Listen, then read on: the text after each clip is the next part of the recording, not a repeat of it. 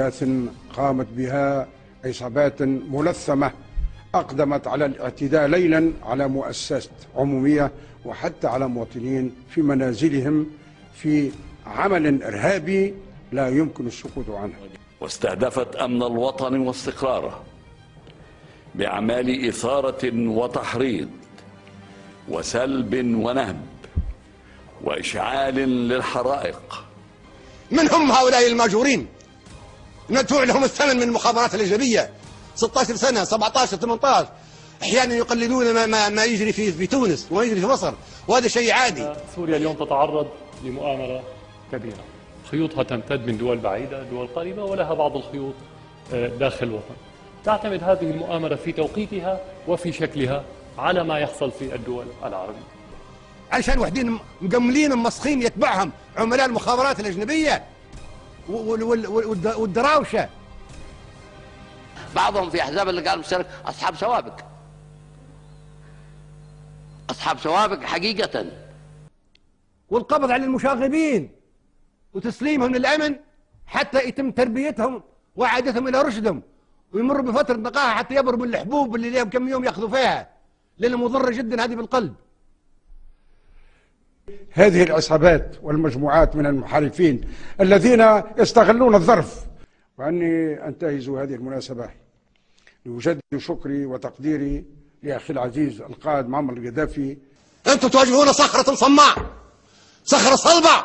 ليس كل ما يحصل هو مؤامرة.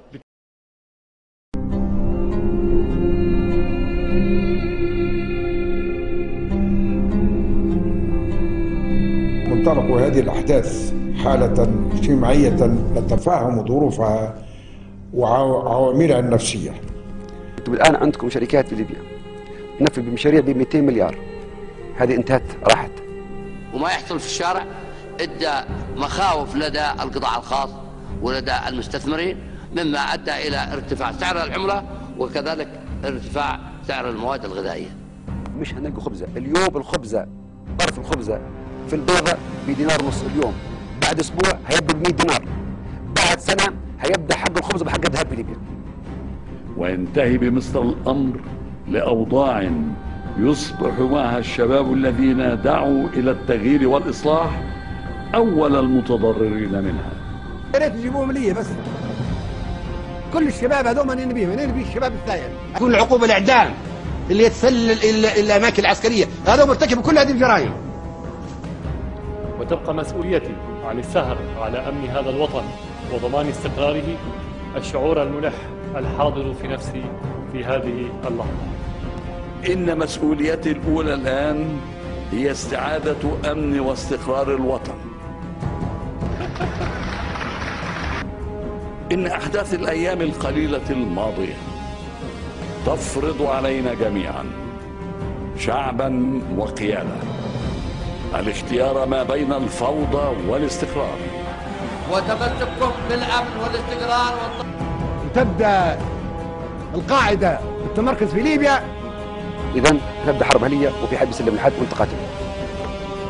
نحن لم نستخدم القوة بعد.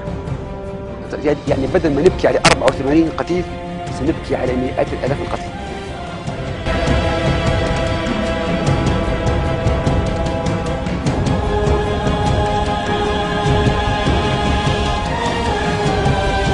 بأن لا رئاسة مدى الحياة، لا رئاسة مدى الحياة. أني لم أكن أنتوي الترشح لفترة رئاسية جديدة. معمر القذافي ما هوش زي العابدين ورئيس الوزراء. معمر القذافي ما عنده منصب حتى يزعل ويستقيل منهم كما فعل الرصاص. أنا لو عندي منصب، لو إني رئيس، لو كنت لوحت الاستقالة على وجوهكم. أما نحن القيادة لا نريد السلطة ولسنا بحاجة إلى السلطة. إنني لم أكن يوما طالب سلطة أو جاه.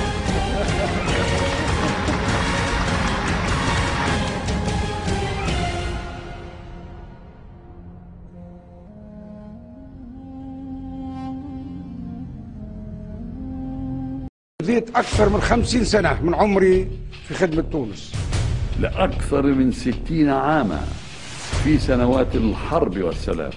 أنا مقاتل مجاهد مناضل ثائر من الخيمة من البادية والتحمت معي المدن والقرى والواحات في ثورة تاريخية جابت الأمجاد للليبيين.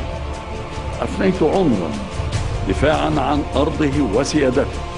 أنا أتيت في هذا المجلس في عام 2000 في خطاب القسم وتحدثت عن الإصلاح، لم يكن هناك هذا الطرح موجود، وعندما طرحته كنت أعتبر بأنني أعبر عن صدى لما يجول في عقل المسؤولين، وهذا صحيح. سبحان الله، بنغازي بنيت هني بنفسي طوبة طوبة. وفي يوم 14 فبراير قبل 10 سنوات فتحنا جميع الأبواب للحرية والمسؤولية حبا وكرامة لشعبنا الوفي. إنني لم أكن يوما طالب سلطة أو جاه. إن معمر القذافي هو النجم.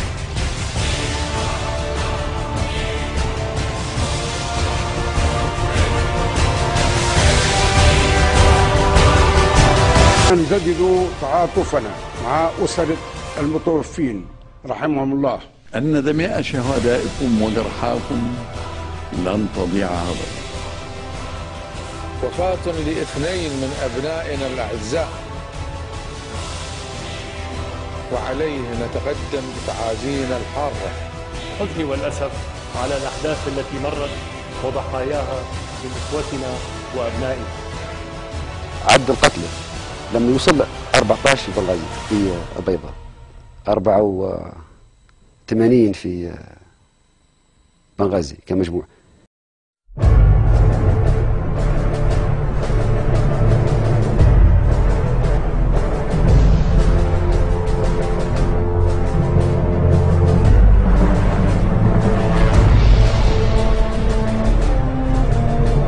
نريد أن نقلد ما حصل في تونس ومصر، وهنا بأرجوكم الانتباه، ليبيا ليست تونس ومصر.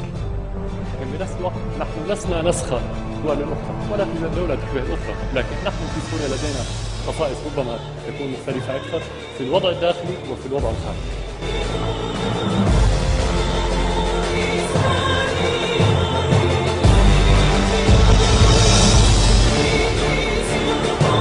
عاشت تونس، عاش شعبها، عاشت الجمهورية. حفظ الله هذا الوطن وشعبه. مملكة البحرين هي دولة القانون والمؤسسات. العزة لليبيا، للشعب الليبي في القمة. سوريا العصية على أعدائها، سوريا المقاومة والمقاومة. وربي أجعل ليبيا بلد الأمن.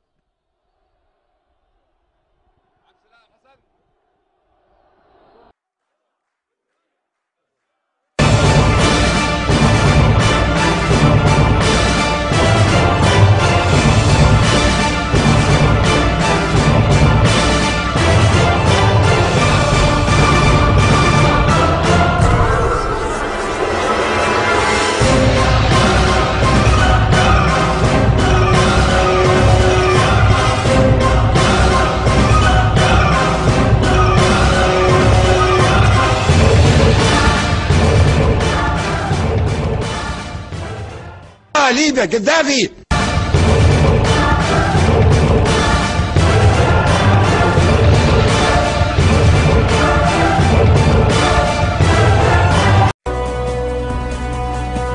الشعب يريد اسقاط النظام، الشعب يريد اسقاط النظام، الشعب يريد اسقاط النظام، الشعب يريد اسقاط النظام، الشعب يريد اسقاط النظام، الشعب يريد اسقاط النظام. الشعب يريد إسقاط النظام. الشعب يريد إسقاط النظام.